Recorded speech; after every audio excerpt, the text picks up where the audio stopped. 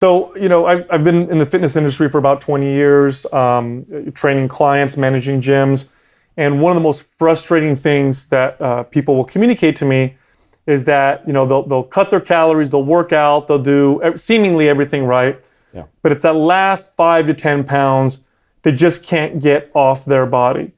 Are there things that can have someone that can keep weight on somebody or make it difficult for somebody to lose weight that is independent of calories? They're eating the right amount of calories, they're exercising, but they're still not able to lose the extra 5 pounds. What could explain that? Yeah, and that is one of the most frustrating things is that you seem like you're doing everything right. Like you're exercising 3 to 4 days a week, maybe even more. You're on a lower calorie or a lower carb diet. Like you're not at excess anywhere. So what I tell people is that probably doing more exercise and even eating even less is only going to cause more of a detriment in the future. Meaning like you might actually lower your metabolism by doing those two things, especially if your body believes that it needs to start holding onto more fat because you're in some type of survival-based situation, some type of stress-based situation. So when we look at that, we say, okay, now the person should be at their ideal body weight. They shouldn't be holding any extra weight around the middle or the hips or maybe in the back of the arms for a lot of women that we work with. And the truth is that when you're at that last point, there's two things to look at. The first one you want to look at is when you wake up in the morning, do you look perfectly flat? Like, does your stomach look flat? Do you look lean? Is that where you want to be?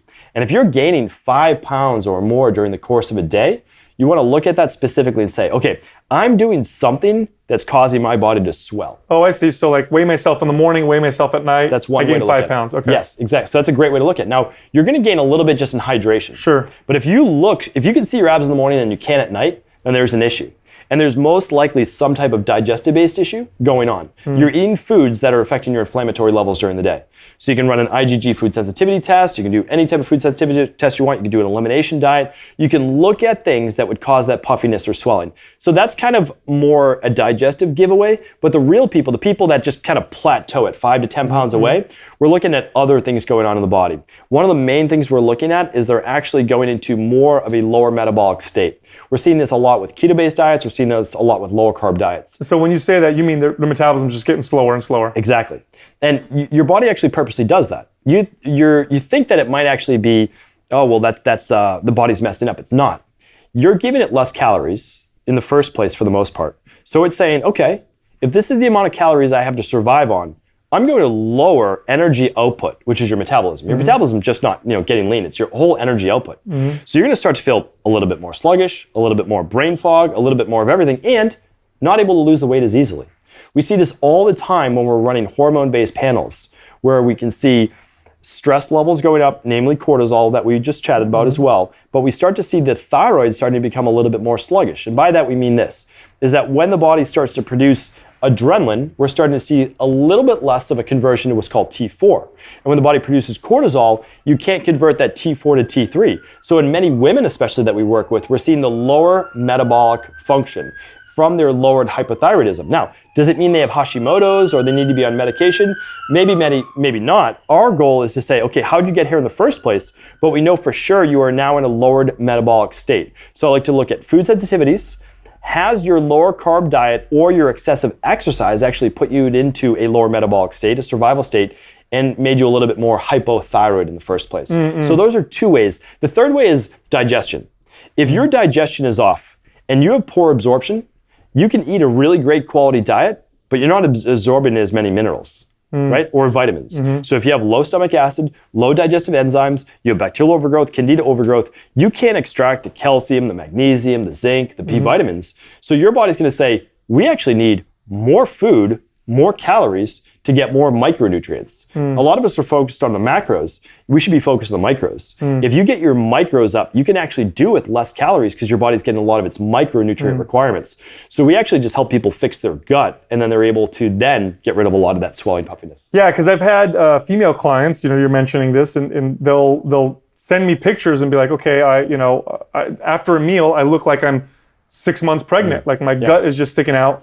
And that's got to cause some water retention and some inflammation. The other thing too, you're mentioning food intolerances or food sensitivities. Does that cause a spike in cortisol just as an immune response? And what does that end up doing to the body? So it does in the back end. And I'm glad that you mentioned that because what I meant to say is that the last 5 to 10 pounds is almost always not completely body fat or any body fat at all. And here's why. When your body's inflamed, it holds more water. You look more swollen. So that's why the upon waking test is the dead giveaway. Like, you didn't gain 5 pounds of fat that day. Right. Like, you just didn't.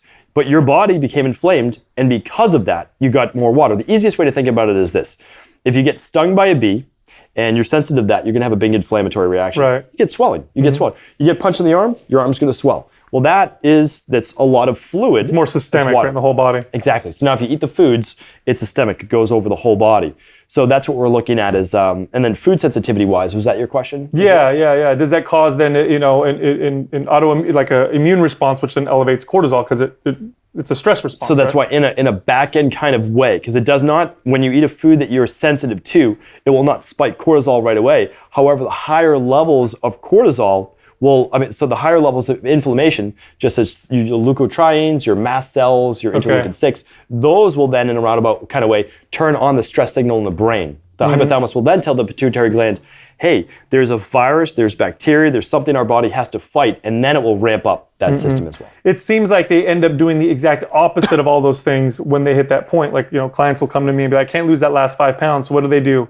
They cut their calories even more and increase their exercise even more. And it ends up making things much worse. We talked about metabolic adaptation.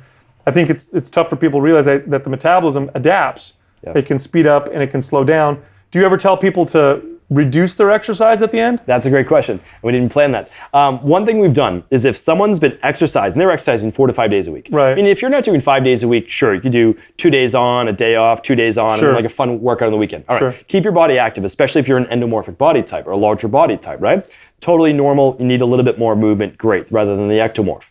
Okay, calories, well, we're going to look at that. We're going to control your starchy carbs. We're going to control your high glycemic carbs. Understood. If you're already doing that, then we can't do more of that. More of that might get you that temporary result.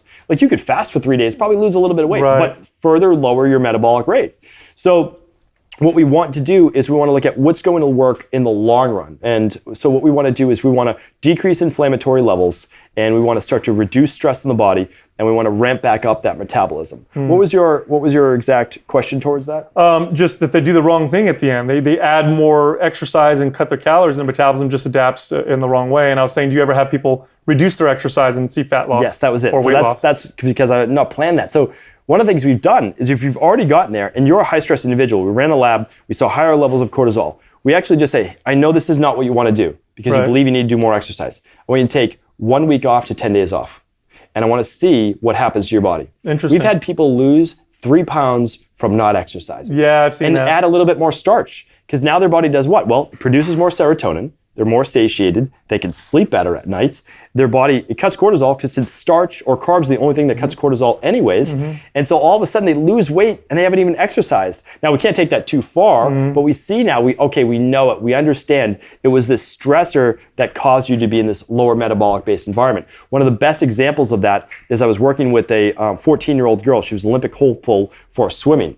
And she was training extremely hard. She was trying to make weight, like all these things, super competitive. Sure. She had to do homework. She'd wake up, she'd train in the morning, she'd go to school, she'd train in the afternoon, have to do homework, getting like 6 hours of sleep as a teenager. So her parents came to me and they said, she's not going to make the Olympic trials unless she continues to improve. And I said, okay, let me look at her schedule. I'm like, do you want me to have her do more? I'm like, what do you want me to do? So I said, you have to trust me in this. It's only a trial. I'm going to let you know, here's what I recommended. And I can tell your coach this. I want her to get 1 week rest. She came back, she hit PRs in everything the entire week. That was it. Excellent. And it was because we had to pull back. So if you're ever going to the extreme of doing too much, Ayurveda tells us we need to do the opposite, at least for a little while, to balance that. A balanced body operates best. Always. Operates best. With the food sensitivities, we work with Everlywell that does these IgG kind of antibody tests. Yes. Let's say somebody takes one of those tests and notices that they're very high in reactivity to something like gluten. What do you recommend? Do you recommend that they eliminate it completely? And if so, how long do they eliminate it for? Yeah, we love the IgG test, and that because what happens is IgG is different than IgE. So IgE, think of it almost like immediate, and that means when you eat that food, you could get a skin rash, hives, headache, migraine. It's more of your classical allergy, right? True, but it's still a sensitivity. Okay. So it's not going to cause anaphylaxis. which means your throat's not going to swell up for an IgE sensitivity, but you will get a 30-minute, like within 30 minutes to a couple hours, you'll get a reaction. Got it. Now, an IgG could happen the next day or even up to 72 hours later. Wow. So think about like, what did I eat 3 days ago? I mean, most people have no idea. That's why these tests are so valuable, because you can't connect the two, right? Exactly. So once you find it out, though, it depends on your level of severity.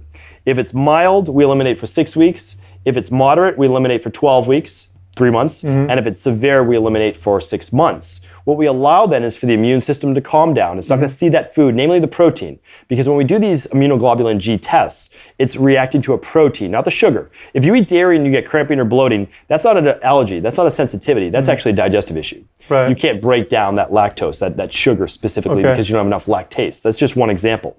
So what we're looking at is a protein, an antigen that the immune system marks to attack. When it attacks it, it creates inflammation. That inflammation from IgG is brain fog, joint pain, being run down. Like, it's really systemic. It's systemic-based issues that are hard to figure out. You just, it's like, oh, I'm just getting older. No, like, you might have more permeability, you might have more sensitivities. So what we do is we allow the immune system to calm down. We allow the memory cells to hopefully dissipate each time they turn over. And then when you reintroduce it into your diet, we hope that there's no longer a reaction. And what do you typically find that people, when they eliminate these foods for a period of time, do you typically find people can then eat them again in moderation without a reaction, or do you find that they got to just stop eating it? Some, it is an innate, it is a genetic thing that they can't have. Like, their body reacts to it. That's it, they're done. We see that mainly with cow's milk dairy, specifically casein. But we see people, I mean, honestly, it's probably like 1/3 of the people reacting to egg sensitivity. And it's the white, not the yolk, believe it or not. Because there's twice as many antigens in the white.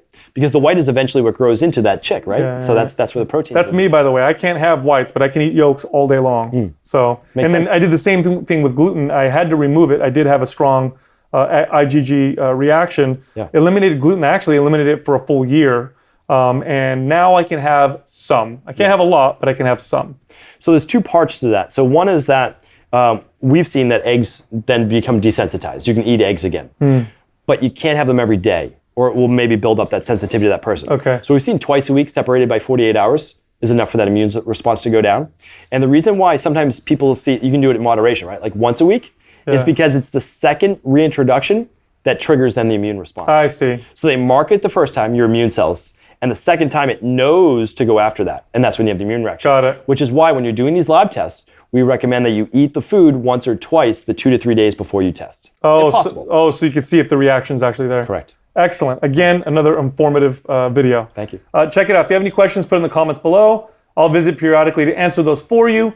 And subscribe to our channel. We post new videos all the time.